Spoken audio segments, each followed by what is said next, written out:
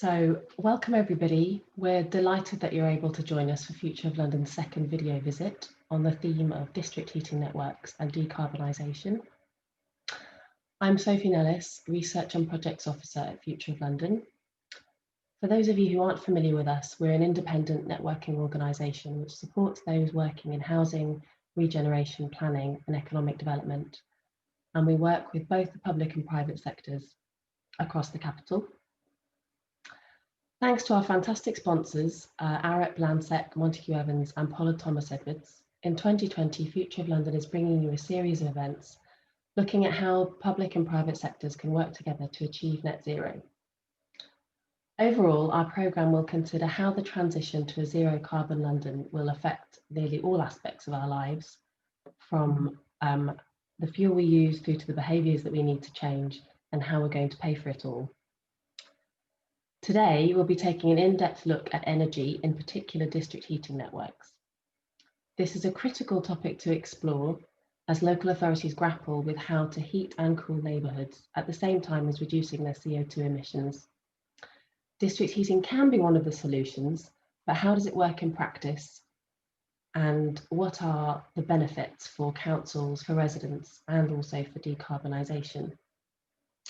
To answer these questions, typically Future of London would be taking you on a field trip to a site which illustrates best practice, but unfortunately we can't do that at the moment. So instead, we're taking you on a video visit and discussion with three fantastic speakers.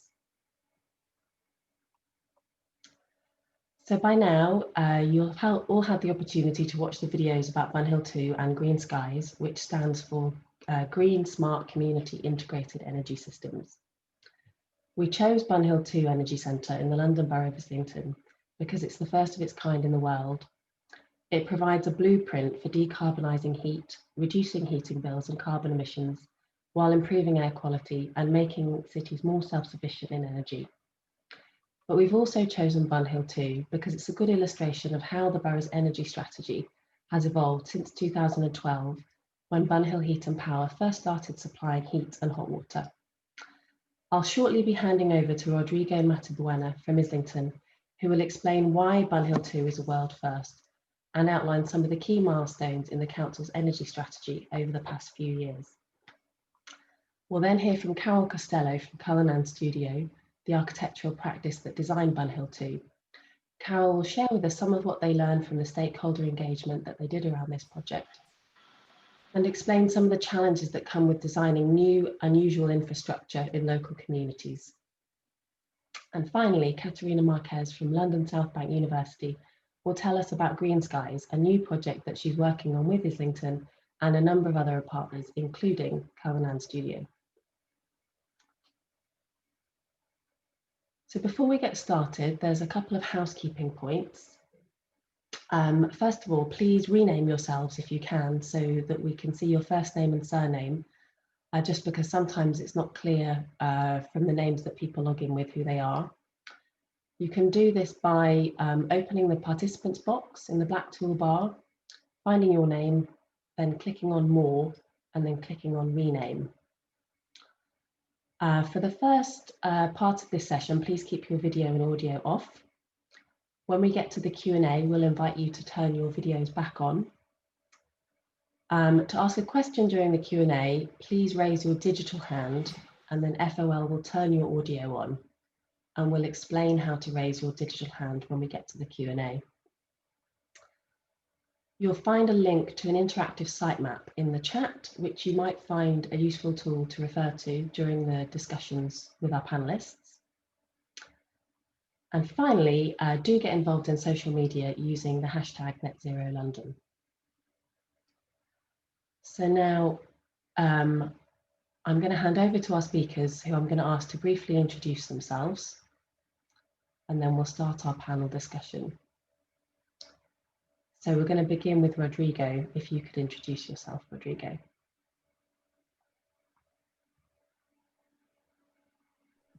Hi, good morning. Thank you very much, Sophie, Anna, and Safa for the opportunity. Yeah, Rodrigo Matabuena from Islington Council. I'm the Energy Capital Projects Manager.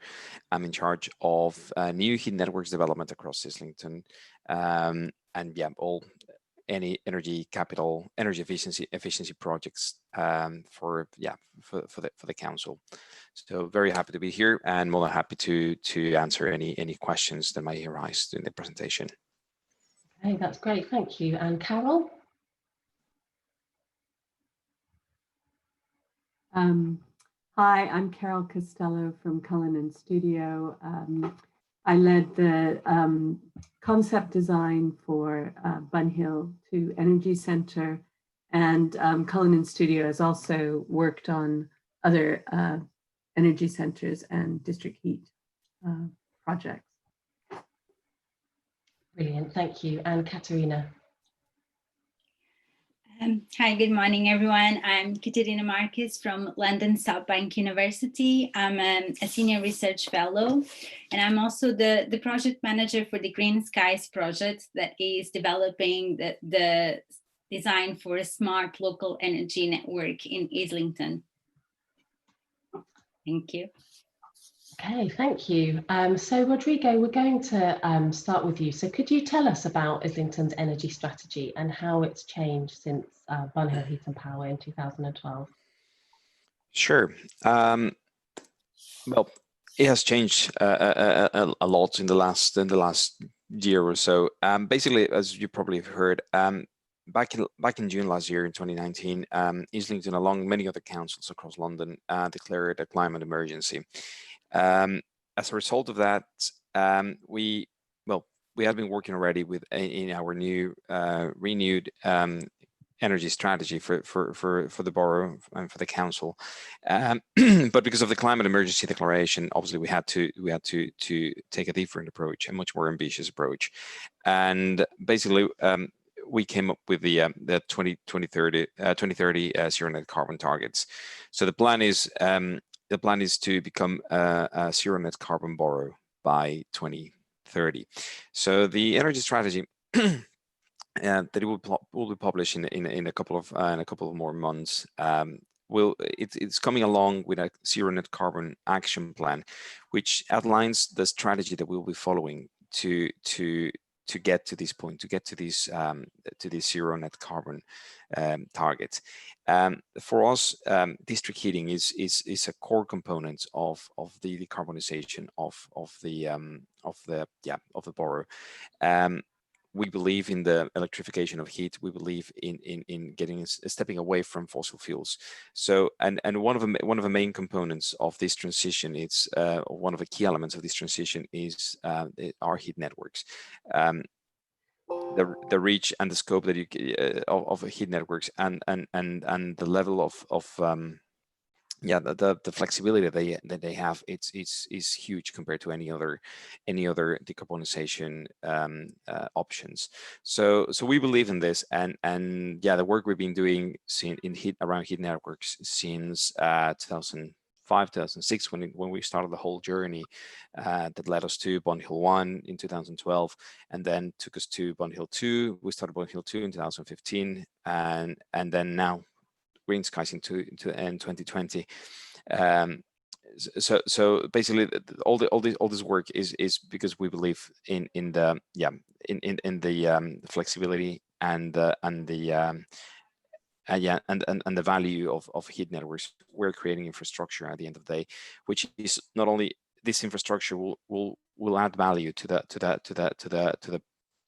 borough itself, and will open up opportunities for a lot of people to do things in a different way. So it's not just about the units of heat that we are delivering, but it's also about the bigger plan of how much we're putting Islington at the forefront of the climate change fight, and the and these zero carbon targets that not only Islington has, but all across London, everyone's got. So that's a little bit of the background, and as I said, I mean, this energy strategy is trying to reflect all these very ambitious targets that we have, and how we're going to do them. What are going to be the priorities? And obviously, we're going to be tackling our housing stock, our corporate buildings. We're going to try to decarbonize them as quickly as possible, but also we're going to be working around with the community. It has a very heavy community component. We're going to try to improve our transport. We're going to try to we're going to try to minimize the emissions everywhere we can. Obviously, the council powers to enforce these zero net carbon are still limited at some extent, but we will try to create the conditions that will lead to everyone switching to a much more sustainable, much less carbon intensive lifestyle. So that's a little bit about the background about the energy strategy and the plans that we have. It's as I said, I mean, specifically about heat networks, we're not just thinking of GreenSCIES. Obviously, we have a very ambitious master plan outlined back in 2014, which we have already mapped out all the all the borough, try to identify the best places for developing new heat networks, and how can we keep expanding them. Because as I said, we believe it's heat networks are one of the best ways, or one of the most cost effective ways of decarbonizing heat in the borough. And I mean, like, people will have heard a bit about this in the videos already, but could you explain why Bunhill 2 is a world first, and perhaps those key differences in technology between Bunhill 1 and Bunhill 2? Sure. Bunhill 2, at the end of the day, was the first time that we were taking low-grade heat from the tube and using it for space heating in a high temperature heat network. So you have different types of heat networks. Bunhill is a high temperature heat network. That means that the flow and return of water across the network, it's on temperatures around 75, 55 degrees, more or less. GreenSCIES is a low temperature heat network. That's one of the main differences. So we're talking about temperature, the flow and the flow of the water around the network is roughly around anywhere between 10 and 25 degrees. So Bunhill was the first time that we were taking heat from a source like the tube, or waste heat basically, and we were using it and upgrading it to the temperatures that we needed to have an efficient distribution system, to have an efficient heat network. There were some attempts in the past, but it was the first time it was made it was performed something like this in an urban area so densely populated as Islington, and that's what it was, the first of its kind. It was part of a bigger initiative. Celsius Smart Cities is a European project that actually helped put together the main components of Bunhill at the time. And so there were other initiatives similar that trying to take advantage of waste heat in different ways. But Bunhill, at the end of the day, was the first one who managed to put together all these elements and create the network that we have today. GreenSCIES now is building on that experience, and GreenSCIES is also using waste heat sources for the network. So we're going to be using heat from the tube. We're going to be using heat from data centers, and also we're going to be tapping into using ground source heat from boreholes across the network, across the borough. So those are like the main differences in terms of heat sources and technology that we're going to be using. Okay, thank you. And what have been the key benefits for both the council and local residents? Well, obviously, from the council perspective, the main drivers for developing these type of projects are tackling two main things. One of them, it's the fuel poverty, and the other one is reducing our carbon emissions. So those are the main objectives that we're trying to achieve. But at the same time, we understand the value, the social value of these projects, and we want to give our residents the most the greenest heat that they can get. We want to give them access to some of the best energy options that they might get in a very densely populated area like Islington. For the residents, we're trying to provide the lowest tariffs that we can in terms of heat and power as well. And basically we're trying to offer them the best access to greener energy. And also, as I said, I mean, there is a very important component. Sometimes it's quite neglected.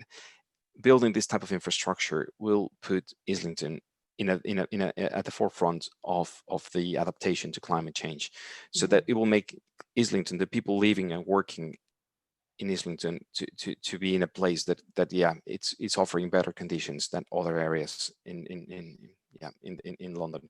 So that's kind of the political drive that we have, and the technical drive that we have. We want to offer tackle fuel poverty and carbon emissions in the best and the most cost-effective way. Okay, all right. Well, that's all really interesting. Thank you very much. We're going to hear from Carol now from Cullinan Studio.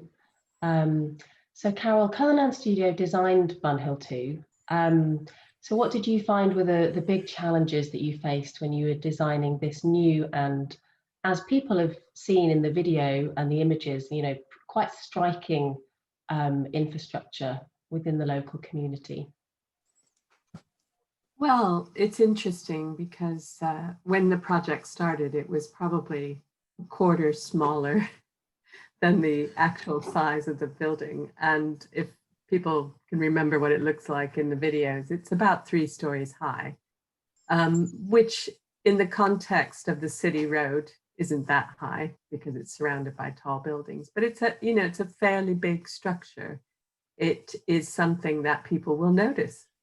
And it is an unusual structure. So I think there's the challenge of working with the engineers, which were Ramble, and also the engineers from TfL, to coordinate all the components, which includes, I think maybe people might not understand, there was an old train line there that ran from like 1920 to 1932.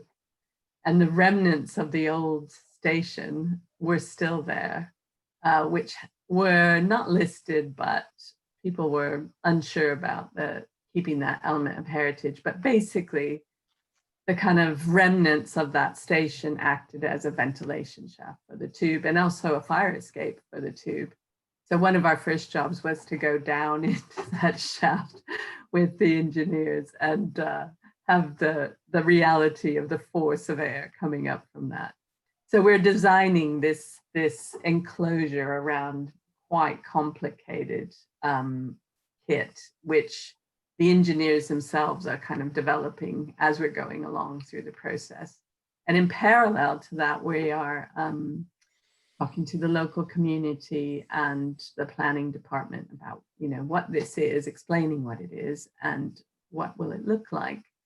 And I guess it's interesting, if you think historically about infrastructure, I think the Victorians were quite good at celebrating engineering and the craft of, you know, new railway lines, bridges, pumping stations. They actually employed craftspeople to celebrate this new infrastructure. So that was really important. And it's interesting when hearing Rodrigo talk about how pioneering Islington is. You know, this is a sense of pride for Islington, but I think, you know, for the UK, we are doing really pioneering stuff here. And we want to be proud about it. So it's a significant project, but it also sits in a local community. So the fact that we worked really closely with the planners, and also we had an artist, Toby Patterson, who did a sort of frieze on the bottom at street level. So when you're walking by, there's a bit of interest and intrigue about what the story is of those panels, which relates back to the planning of the estates in the area. And we spent quite a lot of time with the planners, making sure the quality of the materials was appropriate for the presence this building has on the city road, all while trying to manage the budget as well and all the mechanical features of that. So you might realize there's a pattern on that building that has been cut out of metal sheets, and it gradiates as it goes up. Well, it's actually doing that to do with the airflow needed for the mechanical equipment around it. So it's using a decorative pattern to perform a very functional requirement for the project. Right. Oh, that's really interesting. I mean, it certainly is a very striking building. I'm sure everybody would agree. And I think that Cullinan Studio did a lot of the stakeholder engagement for the project. So what did you learn from talking to the different groups of people that were involved? Well, I think the thing, and this neighborhood is like a lot of neighborhoods in London, that, you know, it's the site for the energy centres on the City Road, and the City Road is a major busy route through London. So there's lots of people moving through this area of London, and it's under constant change with towers. Meanwhile, there are communities who've been there for generations, and it's their home. And change can be very scary. So you've got to engage with people and listen to their concerns and build kind of trust and consensus. It's our job to explain, you know, it's a kind of abstract idea, isn't it? Heat and how it moves around pipes and the energy, etc. So explaining it and drawing it and visualizing it, and we made cardboard models and all sorts of things, and held you know, open sessions in the community centers to invite people to come along.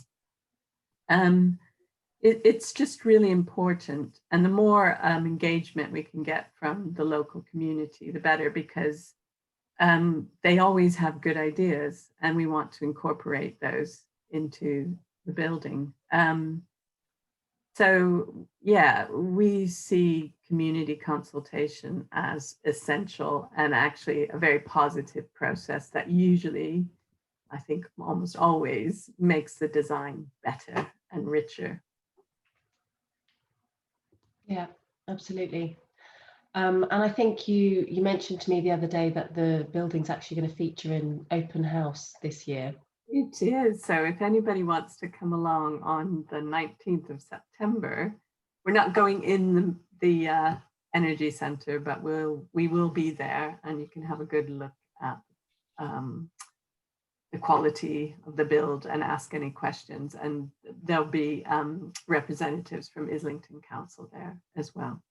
Okay. So it's great that open house is happening in some form during this COVID crisis. Yeah, and celebrating this particular structure. Yeah. Well, thank you, Carol. So we're going to move on to Catarina now. So as Rodrigo mentioned earlier, GreenSCIES is building on what the council has achieved with and learned from Bunhill too. So could you tell us a bit more about how GreenSCIES is going to work and how it differs from Bunhill 2, or that evolution? Yes, so GreenSCIES is an innovative UK funded project that aims to deliver low carbon, affordable energy. And it's going to do that through a smart local energy network that combines heat, but also power and transport. So now the detailed design in Islington is looking at recovering waste heat from the London Underground, a bit like what happened in Bunhill. But we are also looking at waste heat recovery from 2 local data centers. So this heat is then going to be upgraded with heat pumps to supply the buildings in the neighborhood. And local power is going to be generated with solar PV. So we're looking at the buildings where we can install the solar PV. And low carbon transport is being provided by electric vehicles. So you could say that GreenSCIES is a natural evolution from Bunhill. It's not just a heat network, it's also about generating local power and is also facilitating the transition to electric vehicles.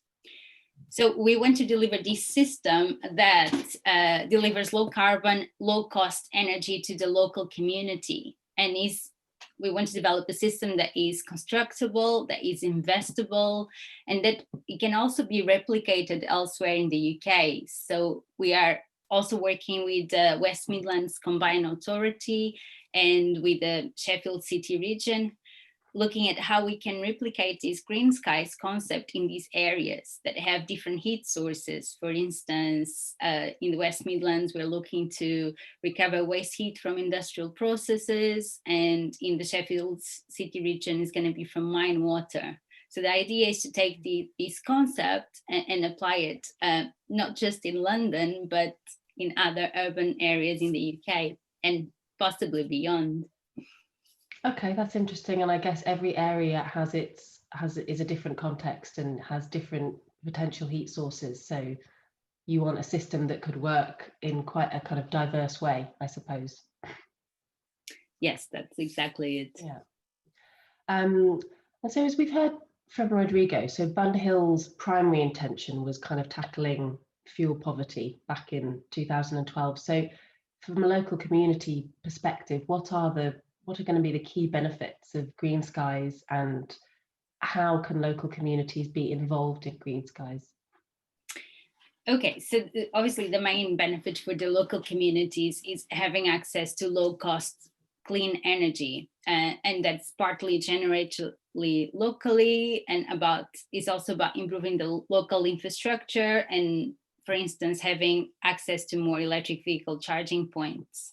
But like one thing that has become obvious is how the community can really act as strong influencers to make smart local energy networks a reality. They can propel their local authorities to act on their net zero carbon pledges.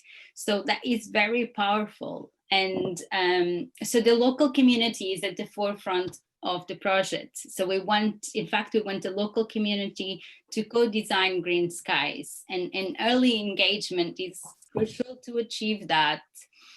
And Carol can tell you actually a bit more about how we are engaging with the local community.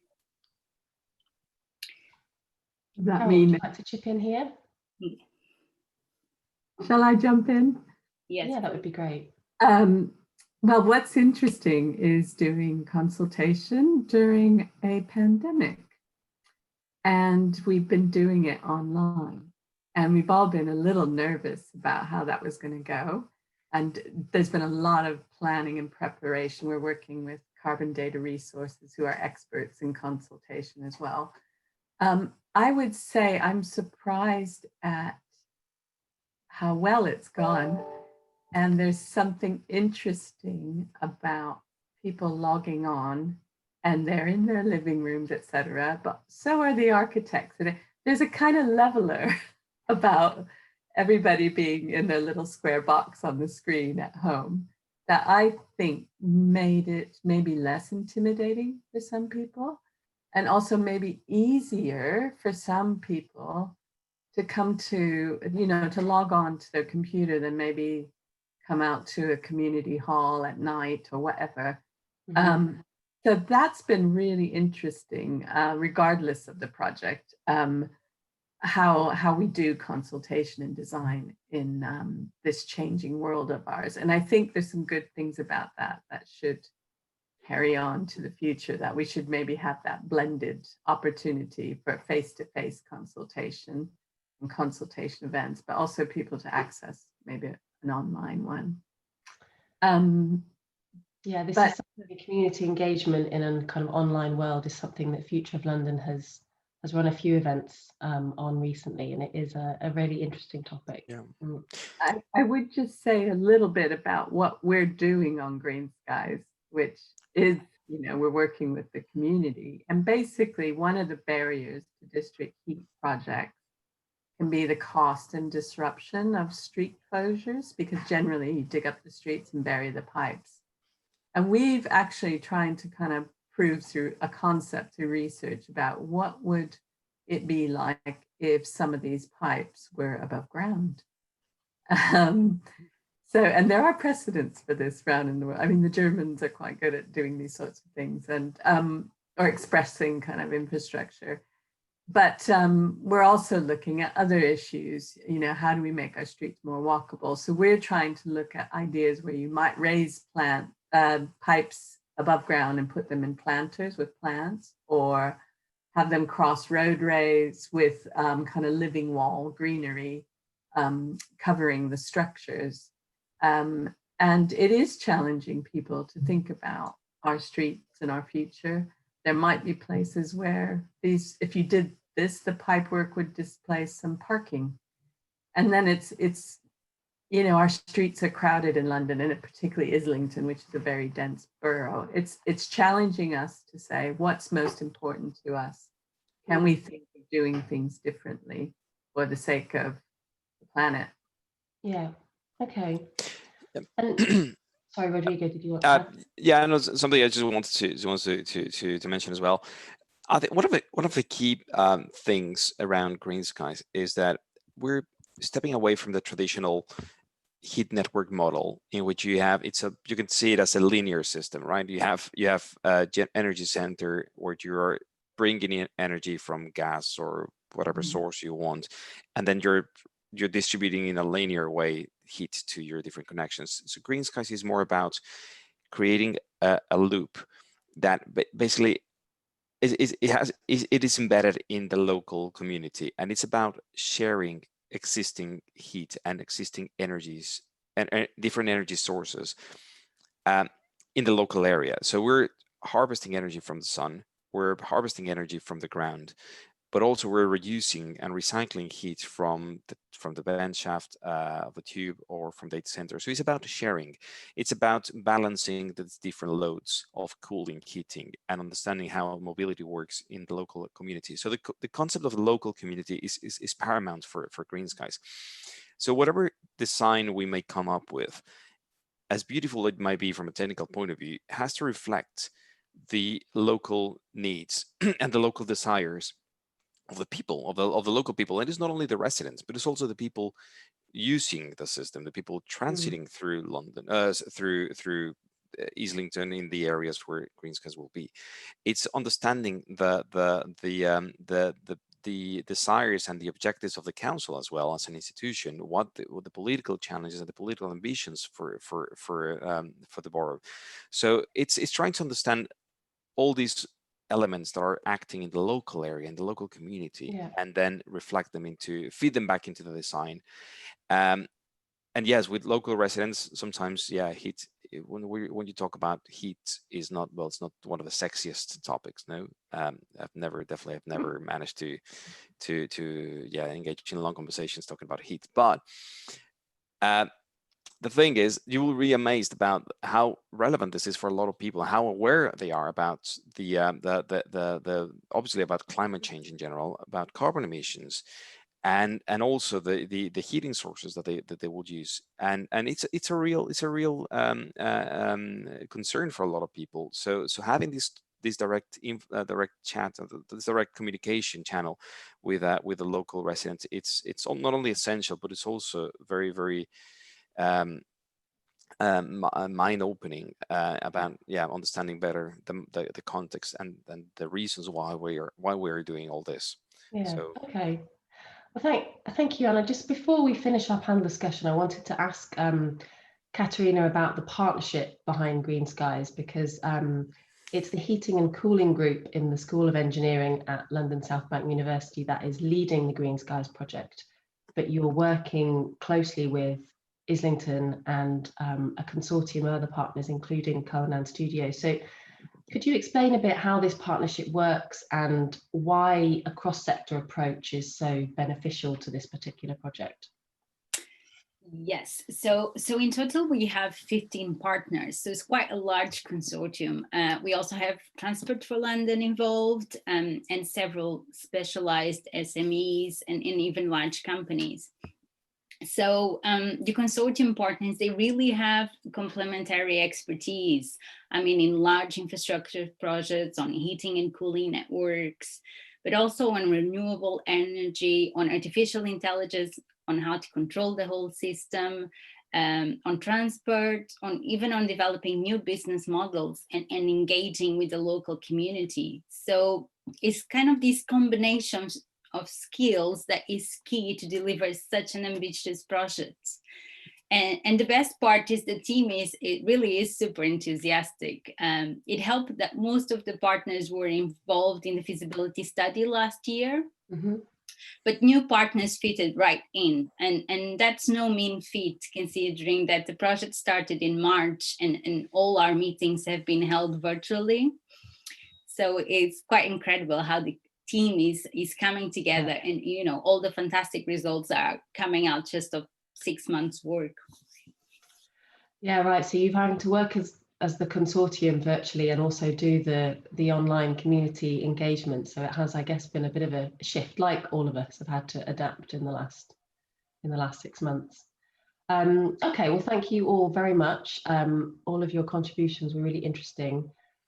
We're going to ask our audience now to turn on your videos so that we can have an interactive Q&A, and that our audience has the opportunity to ask all of you some questions.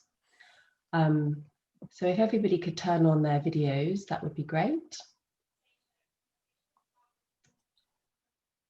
And if you'd like to ask a question, use the raise hand function, and I'm going to show you on a slide how to do this in a second. So raise your digital hand, and we will then turn your audio on. And once it's on and I get to you, tell us your name, your organisation, and who your question is directed to.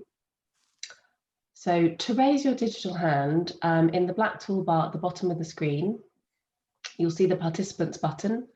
If you click on that, you'll then be able to raise your hand, as we've shown in the box on the slide.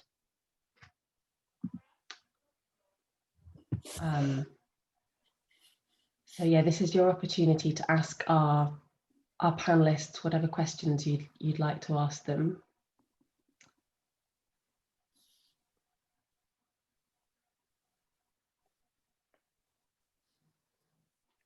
No questions. Okay, maybe everybody's feeling a bit shy for now. I think, Rodrigo, you mentioned earlier about giving people the opportunity to do things differently. And Catarina mentioned the role that electric vehicles might play. So what, with GreenSCIES in particular, what are those opportunities? Like, what sort of behaviour change would you like to see with GreenSCIES? Just trying to think. I think the first change that I would like to see, before seeing it in the local community, I think it will be a change in the way we do things, in the way we're deploying new projects, and that will be for the council itself. I think the 2030 targets, becoming a zero net carbon borrow by 2030, definitely requires us to change the way we do things, to take a completely different approach. And a project like GreenSCIES, it would be the exception. GreenSCIES, yes, it's very innovative, it's different, it brings lots of technology, it brings a lot of things, but also it's very capital intensive. So it requires a lot of funding, and understanding the commercial structures that we will need to put in place to make this successful. It's also real. It's also a challenge. So I think yeah, the way the council is approaching to not only these but also other projects, infrastructure projects, is already shifting. It's already changing. So that's one of the main main changes that I would like to see, and I'm witnessing right now. In the local area. Yes, as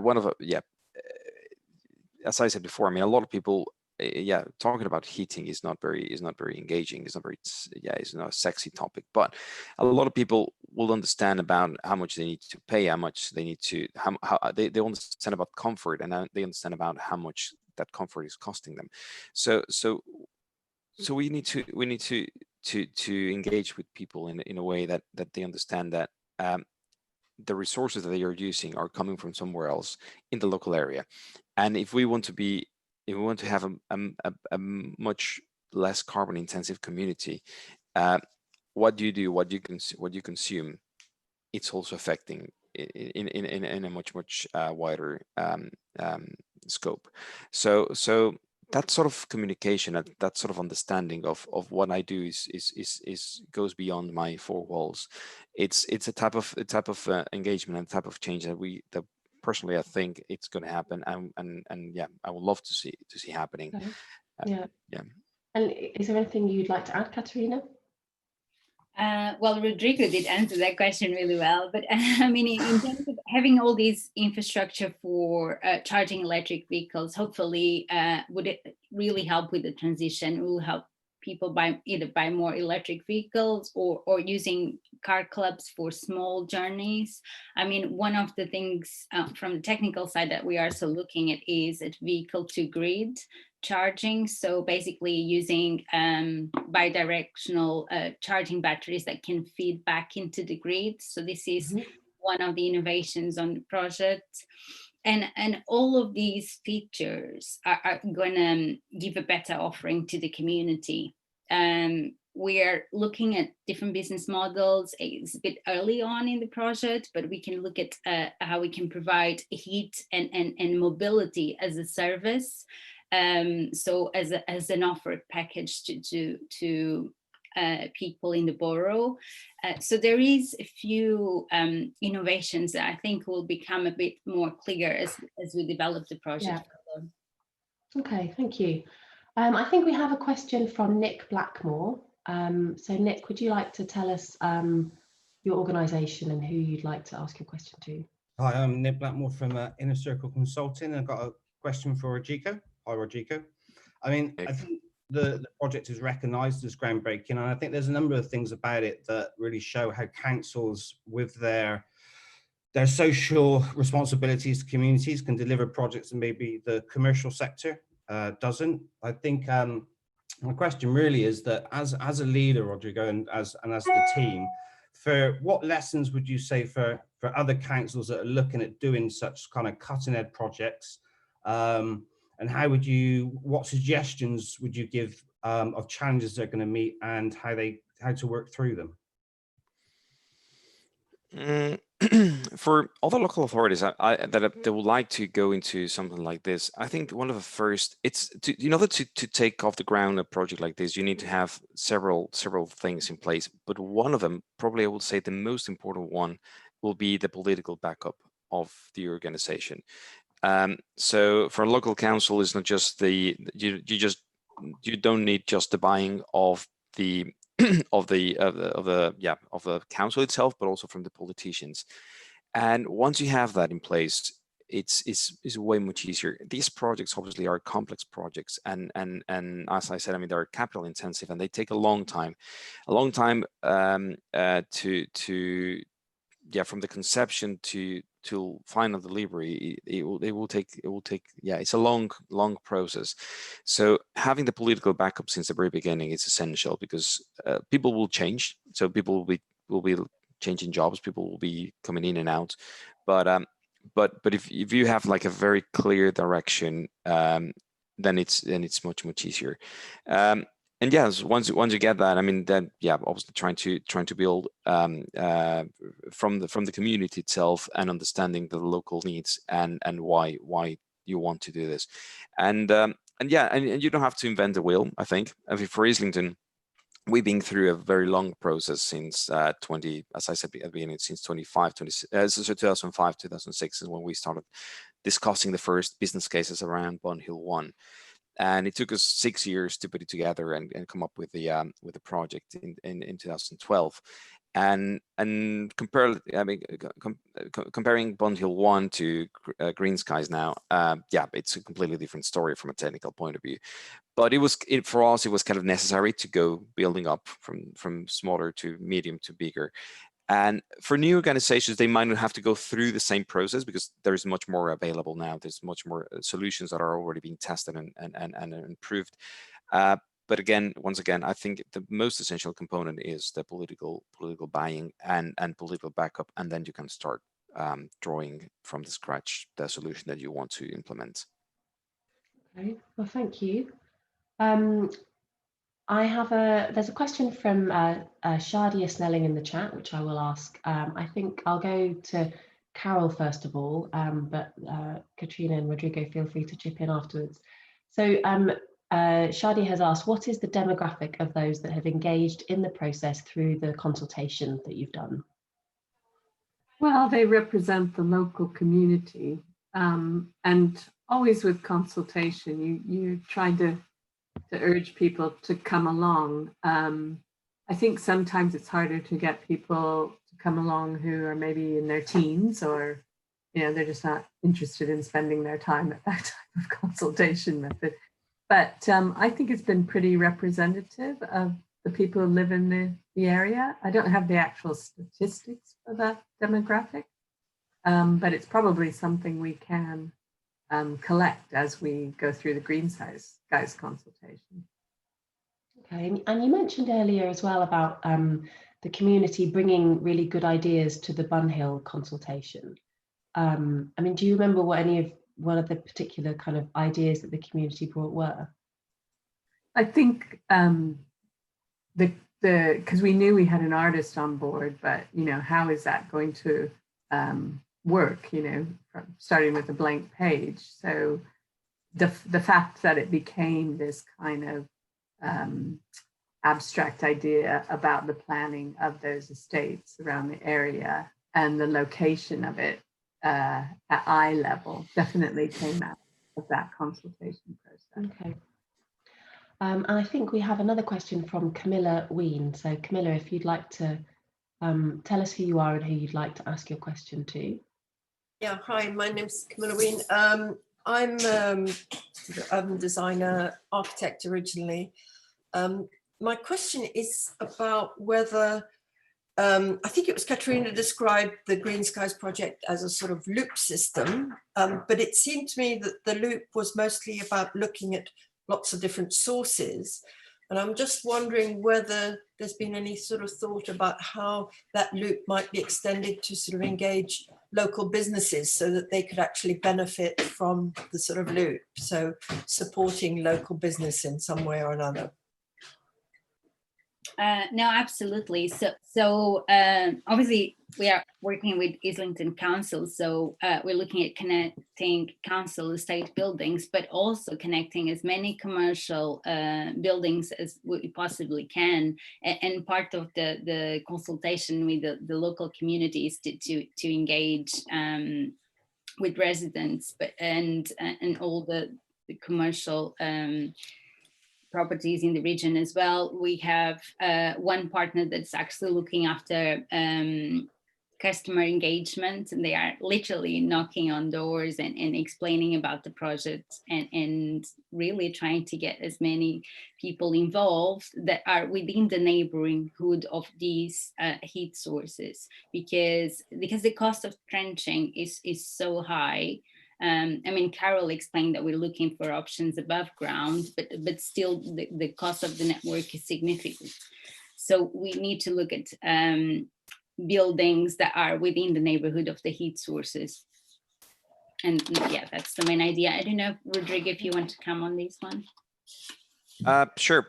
No, absolutely, Camilla, you're right. I mean, at the beginning, I mean, obviously the idea is to, with these, not only with GreenSCIES, but with heat networks in general, is to create the basic infrastructure and then expand them organically with the time. So with GreenSCIES, at the moment, yes, we've engaged with local community. Sorry, not only with local community, but also local businesses. Obviously, as a starting point, we've tried to engage with the most representative loads, let's say, from a technical point of view. So we're trying to make the financial case in a way, to try to make it work from a technical and financial point of view. But the plan is, and the idea is to, once we have the initial infrastructure, to start expanding it, to start increasing the number of users. Obviously, at the small businesses, like for example, I don't know, like an off license or small supermarkets. Obviously, they're attractive from an energy consumption perspective, but the truth is that it's quite challenging to get them physically into these networks, because what Catarina was mentioning, the cost of trenching is significant. So it's not until you have the basic infrastructure in place that you can start thinking about how you can bring in a new connection. Just to give you like a reference, bringing in a house, a standalone house, even if a network is crossing in front of in the street in front of a house, it will cost you in the region of 10,000, 15,000 pounds to connect one single place. So it becomes quite expensive. With the time, we are aiming to bring these costs down and make it much more cost effective, and obviously expand it to businesses and also individual homes as well. Okay, thank you. I hope that answers your question, Camilla. Oh, yeah, if you'd like to ask another question, that's fine.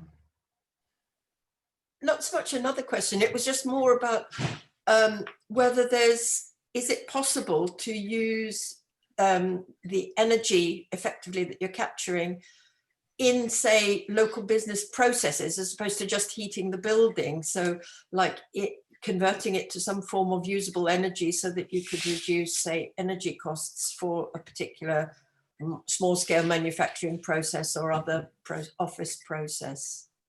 Could be potentially, from a technical point of view, could be possible. However, it's not the aim of GreenSCIES. And we're not trying to, yeah, as I said, I mean, it technically is possible, but no, we're not trying to convert energy. It's just about balancing and distributing. So when we mention, for example, about solar power and heat, it's not that we're converting heat into solar into electricity, or electricity into heat. So GreenSCIES basically tries to integrate both energy uses within the same brain, let's say, within the same controlling organization, let's say. Specifically around heat, to upgrade the heat that you will use for domestic heating to some sort of a temperature that could be used for industrial processes, it's a bit of a challenge. So, and yeah, that's as I said, I mean, it's not impossible, but it's not the aim of GreenSCIES. Yeah, so yeah, if the option arises in the future, yes, we will explore it, but no, it's not the main purpose of it. Catarina, did you want to add anything? No, absolutely. I think Rodrigo really did sum it well. I mean, in the West Midlands, we haven't started the feasibility study. We'll be looking most likely at recovering heat from industrial processes, but then it would probably still be looking at supplying that heat to buildings in the neighborhood rather than, or even other applications, but it's still very early stages. Okay, thank you.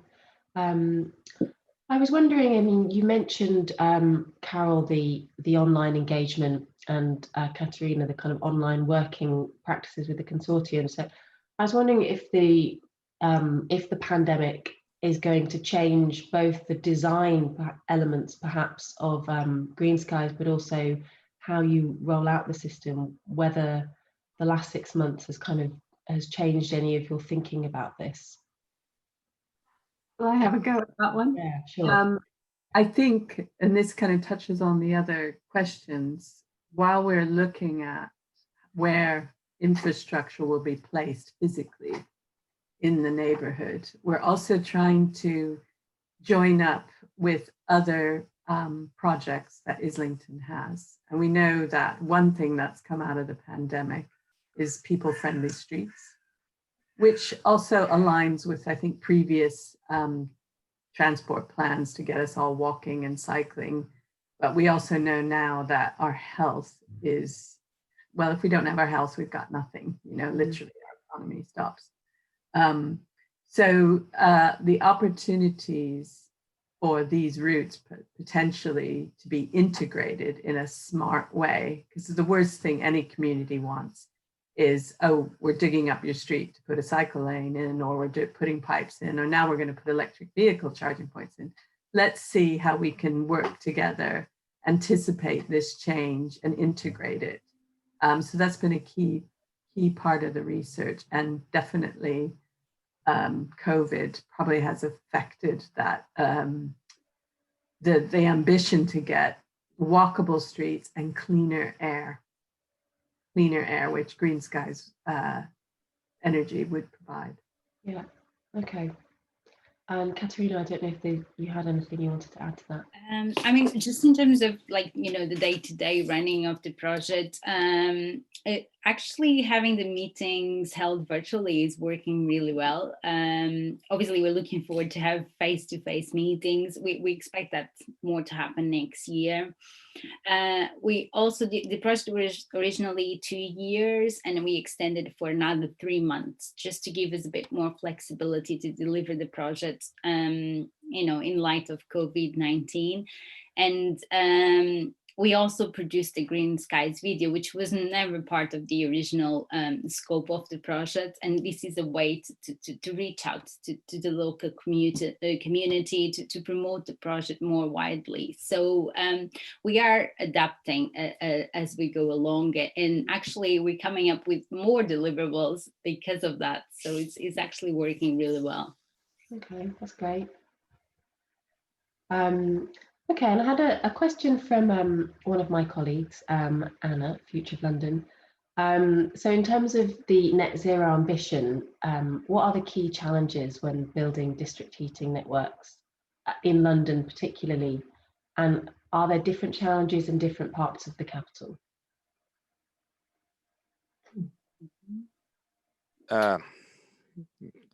Yes. Challenges, Jesus. I could name hundreds of them, but no, I think one of the most, to build something like this, I think one of the most complex things to overcome is the fact that we're in central London, and one of the most densely populated. Islington itself is the most densely populated borough in the UK, and the third smallest borough in the country. So any sort of civil engineering projects will be very, very challenging. And Carol, as Carol and Kat mentioned a moment ago, I mean, like digging up the roads and the level of disruption that will bring, it's not insignificant. And also our streets are so congested that even if you do the proper surveys, even if you try to understand as much as you can what is on the ground, the moment you start digging the road, you'll find, you name it, telecom cables, services, tube tunnels, everything. So it's difficult, but yes, and that probably will be the same for a lot of local authorities. Obviously, when you're trying to build something in a little bit less densely populated, probably the challenges are going to be slightly easier to overcome. But yeah, probably that's one of the most difficult things to go through. Okay. Carol or Catarina, I don't know if you had anything you wanted to add to that. I think, yeah, it's just decarbonisation of heat is quite key to achieve the net zero carbon targets. So even with all these challenges, it's definitely worth to put the investment in, the effort in, because it's really the way to do it. And heat networks is a great way to decarbonize heat. The Scandinavian countries are way ahead of the UK in that, in terms of they have a lot of heat networks. I think in the UK it's maybe 2%, and then the target is for London to get to 20 or 25% of the heat delivered through heat networks. And there is policies changing to actually help with that. The whole let's say the whole market is quite fluid at the moment as new policies are coming along, and the market is adapting, and new offerings and new services are coming. So it's a great place to be. Yeah, I was going to ask about kind of policy drivers and whether there's anything that policymakers at a local and national level could do to stimulate an appetite for more heat networks. Yeah, I mean, I think as I mentioned before, the political backup is essential. So for in Islington, for example, first of all, we have a political commitment of the Labour Council is to deliver more heat networks, because we believe it's the right thing to do. also the council is fully engaged in trying to incentivize the use the connections for new developments into heat networks.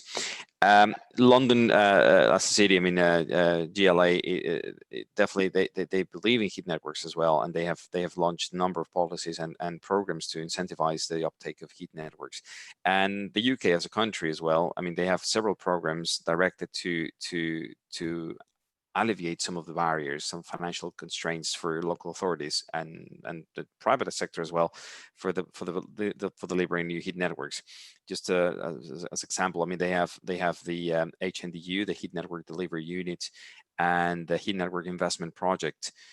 Those two are funded by BASE, and yeah, they are aimed to local authorities to provide them with resources to kickstart all these projects. Heat networks, as I said, are capital intensive, not only in the construction, but in all the build up of the project. I mean, just to get to the point that you have a solid business case, it will cost you a significant amount of money. So I believe that the UK is quite well aware of this situation, and there are some policies in place and some programs in place. So I think a lot that has to do. Yeah, I mean, I think local authorities, they also need to start like trying to put the business cases in place and convince a lot of the politicians and start talking a little bit more about heat networks, because yeah, there are some tools available there are many tools available actually for creating them. Thank you. And we have another question from Camilla, which she's asked in the chat. So, can heat be captured from rail or train operations? Maybe that's a question for Catarina first of all. So, for instance, in the case of the London Underground, the heat is generated by the friction when braking on the rails, and also by the commuters in the station. So this is an overtime that so the tube is surrounded by clay, and all that underground area has heated. So we can capture the heat through the ventilation shafts. I don't know if that did really answer the question, if he was thinking on underground railway tunnels or other examples. Camilla, would you like to give a bit more detail?